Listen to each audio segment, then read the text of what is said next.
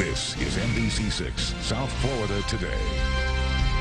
Well, it's an exhibit aiming to bring more attention to the often untold history of African-American swimmers. It's called Black Splash. It's the amazing story of swimming in black and white.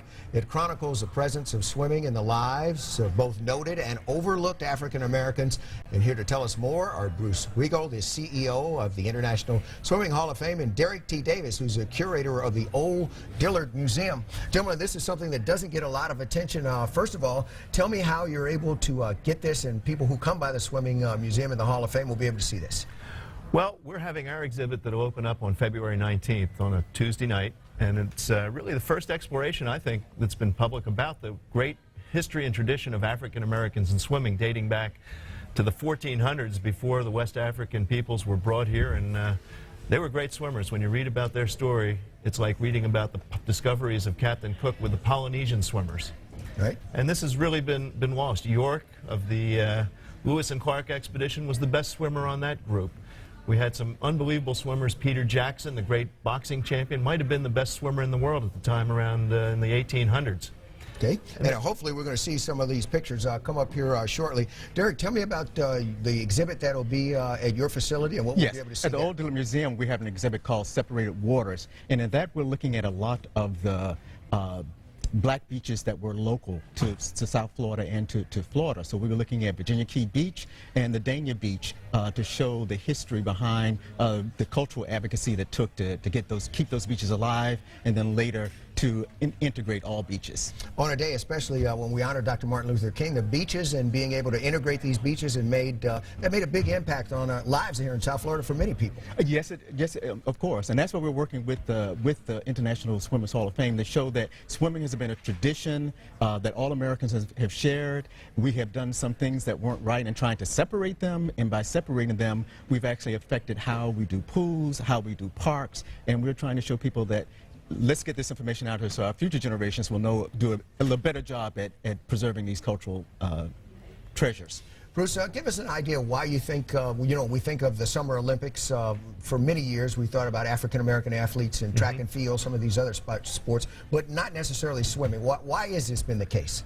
Well, I think you have to go back historically in culture. There's been some pictures on the screen there of pools that were pretty much, here in Fort Lauderdale, African Americans weren't allowed on the Fort Lauderdale beach. They weren't allowed in the casino pool, and here's the world capital of swimming, but African Americans here in this community didn't have access to swimming facilities. And if parents don't hand down a tradition of swimming, and for white people, they weren't really great swimmers either until the explosion of the popularity of beaches and public pools around the turn of the 20th century. But blacks were excluded from that experience, so it's very difficult. Today we have some great African-American swimmers. In fact, in 2006, the fastest swimmer in the world, Cullen Jones, is an African-American swimmer and signed a big deal with Nike. But the participation levels are very low, and the drowning rates are very high. And I think there's a corollary there, and you have to go back and look at history and see why that is. I mean, Derek's exhibit focuses a lot on Virginia Key Beach, and also on John Lloyd State Park. Yes, and both those are reopening as historic sites. Dade County in February, they'll be opening Virginia Key Beach as a park, and Broward County is going to put a historic marker on John U. Lloyd to show that was the second black beach they had. There were two black beaches in Broward County. One was the area now known as Galt Ocean Mile, and now as we see, excuse me, as we see some of these pictures, kind of describe what these photos mean to you when you see these, and the importance of these pictures and what we should get out of this. Okay.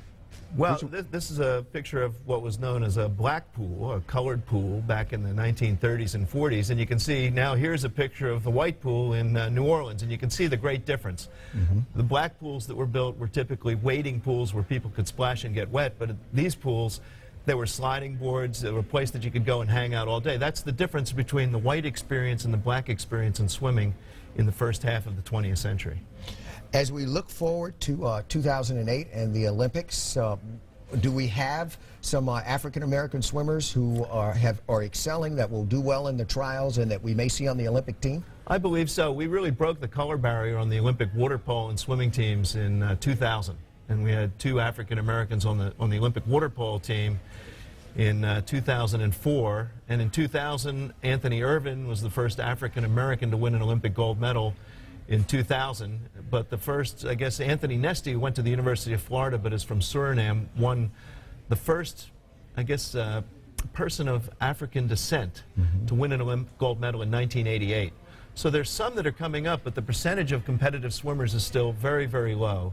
And the unfortunate corollary is that the number of drownings for African American kids, say age 5 to 15, is about 10 times higher. Yes. Derek, I would think that from your exhibit that in addition to educating all of us about the history, you'd motivate some young African Americans to take up swimming.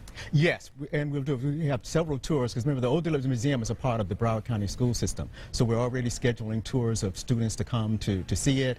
We're going to be working, Bruce also introduced us to Lee Pitts, who does the training of African Americans in swimming. So we want them to know that this is a tradition of swimming that goes way back, and also let them know that beaches are supposed to be fun places. They started off as fun places, not just competitive swimming, but to get a competitive swimmer, you got to start children getting out there at the beach to see that water is fun and getting them familiarized with water. So if they don't get familiar with water while they're young, it makes it more difficult for them to learn to be a competitive swimmer when they get older. We appreciate both you gentlemen coming down. Obviously a very worthy cause educationally and also from a motivational perspective as well. Good luck to both of you. Great. The Black Splash exhibit opens on February 19th at the International Swimming Hall of Fame, located at